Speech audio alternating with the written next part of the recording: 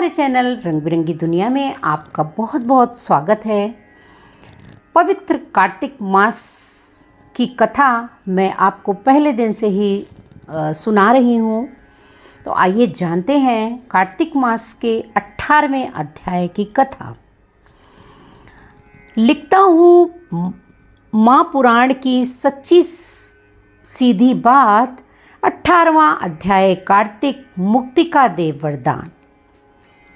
अब रौद्ररूप महाप्रभु शंकर नंदी पर चढ़कर युद्ध भूमि में आए। उनको आया देखकर उनके पराजित गण फिर लौट आए और सिंहनाद करते हुए आयुधों से दैत्यों पर प्रहार करने लगे। भीषण रूपधारी रुद्र को देख दैत्य भागने लगे। तब जलंधर हजारों बाण छोड़ता हुआ शंकर की ओर दौड़ा।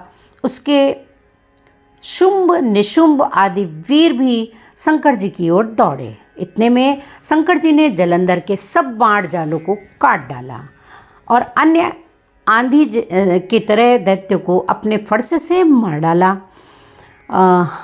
खड़गोरमा नामक दैत्य को अपने फरसे से मार डाला और बलाहक का भी सिर काट दिया।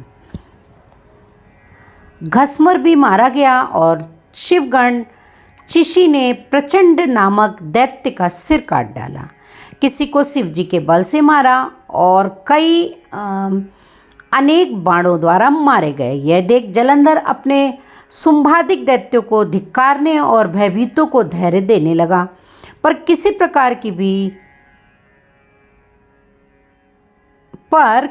प्रकार भी उसके भयग्रस्त दैत्य युद्ध को न आते थे। जब दैत्य सेना पलायन आरंभ कर दिया तब महाक्रुद्ध जलंधर ने शिवजी को ललकारा और 70 बाण मारकर शिवजी को दग्ध कर दिया। शिवजी उसके बाणों को काटते रहे, यहाँ तक कि उन्होंने जलंधर की ध्वजा, छत्र और धनुष को भी काट डाला। फिर 7 बाण से उसके शरीर में भी तीव्र आघात पहुँचाया। धनुष के कट जाने से जलंधर ने गदा उठाई। शिवजी ने उसकी गदा के टुकड़े कर दिए। तब उसने समझा कि शंकर मुझसे अधिक बलवान है, अतएव उसने गंधर्व माया उत्पन्न कर दी। उनके अनेक गंधर्व अप्सराओं के गण पैदा हो गए। वीणा और मृदंग आदि बाजों के साथ नृत्य व गान होने लगे। इससे अपने गणों सहित रुद्र भी मोहित हो एकाग्र हो गए। उन्होंने युद्ध बंद कर दिया। फिर तो काम मोहित जलंधर बड़ी शीघ्रता से शंकर का रूप धारण कर वृषभ पर बैठकर पार्वती के पास पहुंचा। उधर जब पार्वती ने अपने पति को आते देखा तो अपनी सखियों का साथ छोड़ दिया और आगे गई। उन्हें देख कामातुर जलंधर का वीरपात हो गया और उसके पवन से वह जड़ भी हो गया। गौरी ने उसे दानव समझा। वह अंतर्ध्यान हो उत्तर की मास पर चली गई। तब पार्वती ने विष्णु जी को बुलाकर दैत्य धन का यह कृत्य कहा और यह प्रश्न किया कि क्या आप इससे अवगत हैं। भगवान विष्णु ने उत्तर दिया, आपकी कृपा से मुझे यह ज्ञात है। हे माता, आप जो भी आज्ञा करेंगी मैं उसका पालन करूँगा। जगत माता ने विष्णु जी से कहा कि उस दैत्य ने जो मार्ग खोला है उसका अनुसरण उचित है। मैं तुम्हें आज्ञा देती हूँ कि उसकी पत्नी का पतिव्रत भ्रष्ट करो, वह दैत्य तभी मरेगा। पार्वती जी आज्ञा पाते ही विष्णु जी उसको शिरोधार्य कर छल करने के लिए जलंधर के घर की ओर गए। इस प्रकार 18वां अध्याय पूरा हुआ। श्री विष्णु मम हृदय में प्रेरणा करने वाले नाथ, लिखूं महात्म्य कार्तिक, राखो सिर पर हाथ। राजा पृथु ने पूछा, हे नारद जी, अब आप यह कहिए कि भगवान विष्णु ने वहां जाकर क्या किया तथा जलंधर की पत्नी का पतिव्रत किस प्रकार भ्रष्ट हुआ। नारद जी बोले, जलंधर के नगर में जाकर विष्णु जी ने उसकी पतिव्रता स्त्री वृंदा का पतिव्रत भंग करने का विचार किया। वे उसके नगर के उद्यान में जाकर ठहर गए और रात में उसको स्वप्न दिया। वह भगवान विष्णु की माया और विचित्र कार्य पद्धति थी और उसकी माया द्वारा जब वृंदा ने रात में वह स्वप्न देखा कि उसका पति नग्न होकर सिर पर तेल लगाए महिष पर चढ़ा है, वह काले रंग के फूलों की माला पहने हुए है और उसके चारों हिंसक जीव हैं। वह सिर मुड़ाए हुए अंधकार में दक्षिण दिशा की ओर जा रहा है। उसने नगर को अपने साथ समुद्र में डूबा हुआ इत्यादि बहुत सारे ऐसे स्वप्न देखे। तत्काल ही वह स्वप्न का विचार करने लगी। इतने में उसने सूर्यदेव को उदय होते हुए देखा तो सूर्य में उसे एक छिद्र दिखाई दिया तथा वह कांतिहीन था। उसने अनिष्ट जाना और भयभीत हो रोती हुई छज्जे अटारी तथा भूमि कहीं भी शांति को प्राप्त न हुई।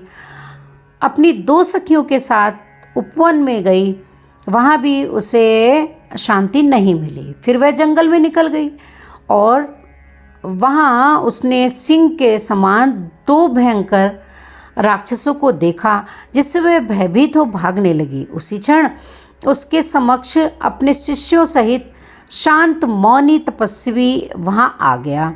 भयभीत वृंद उसके गले में अपना हाथ डालकर रक्षा की याचना करने लगी। मुनि ने अपनी एक ही हुंकार से उन राक्षसों को भगा दिया। वृंदा को आश्चर्य हुआ। वह भय से मुक्त हो मुनिनाथ को हाथ जोड़कर प्रणाम करने लगी। फिर उसने मुनि से अपने पति के संबंध में उसकी कुशल क्षेम का प्रश्न किया। उसी समय 2 वानर मुनि के समक्ष आकर हाथ जोड़ खड़े हो गए और ज्यों ही मुनि ने भ्रकुटी संकेत किया त्यों ही वे उड़कर आकाश मार्ग से चले गए। फिर जलंधर का सिर और धड़ लिए मुनि के आगे आ गए। तब अपने पति को मृत हुआ जान वृंदा मूर्छित हो पृथ्वी पर गिर पड़ी और अनेक प्रकार से दारुण विलाप करने लगी। पश्चात उस मुनि ने कहा कि हे कृपानिधे, आप मेरे इस पति को जीवित कर दीजिए। पतिव्रता दैत्य पत्नी ऐसा कहकर दुखी श्वासों को छोड़कर मुनीश्वर के चरणों पर गिर पड़ी। तब मुनीश्वर ने कहा, यह शिव जी द्वारा युद्ध में मारा गया है, जीवित नहीं हो सकता, क्योंकि इसे भगवान शिव मार देते हैं। वह जीवित नहीं हो सकता है, परंतु शरणागत की रक्षा करना सनातन धर्म है। इसी कारण कृपा करके मैं इसे जिलाए देता हूँ। नारद जी ने आगे कहा, वह मुनि साक्षात विष्णु ही थे जिन्होंने यह सब माया फैला रखी थी। वह वृंदा के पति को जीवित करके अंतर्ध्यान हो गए। जलंधर ने उठकर वृंदा को आलिंगन किया और मुख चूमा। वृंदा भी पति को जीवित हुआ देखकर अत्यंत हर्षित हुई और अब तक हुई बातों को स्वप्न समझा। तत्पश्चात वृंदा सकाम हो बहुत दिनों तक अपने पति के साथ विहार करती रही। एक बार सुरत एवं संभोग काल के अंत में उन्हीं विष्णु को देखकर उन्हें ताड़ित करती हुई बोली, हे पराई स्त्री से गमन करने वाले विष्णु, तुम्हारे शील को धिक्कार है। मैंने जान लिया है कि मायावी तपस्वी तुम ही थे। इस प्रकार कहकर कुपित पतिव्रता वृंदा ने अपने तेज को प्रकट करते हुए भगवान विष्णु को शाप दे दिया। तुमने माया से 2 राक्षस मुझे दिखाए थे, वही दोनों राक्षस किसी समय तुम्हारी स्त्री का हरण कर लेंगे। पेश्वर जो तुम्हारा शिष्य बना है, यह भी तुम्हारा साथी रहेगा। जब तुम अपनी स्त्री के विरह में दुखी होकर विचरोगे, उस समय वानर ही तुम्हारी सहायता करेंगे। ऐसा कहती हुई पतिव्रता वृंदा अग्नि में प्रवेश कर गई। ब्रह्मा आदि देवता आकाश से उसका प्रवेश देखते रहे। वृंदा के शरीर का तेज पार्वती जी के शरीर में चला गया। पतिव्रत के प्रभाव से वृंदा ने मुक्ति प्राप्त की। इस प्रकार कार्तिक महात्म्य 19 Sorry, it's DJ.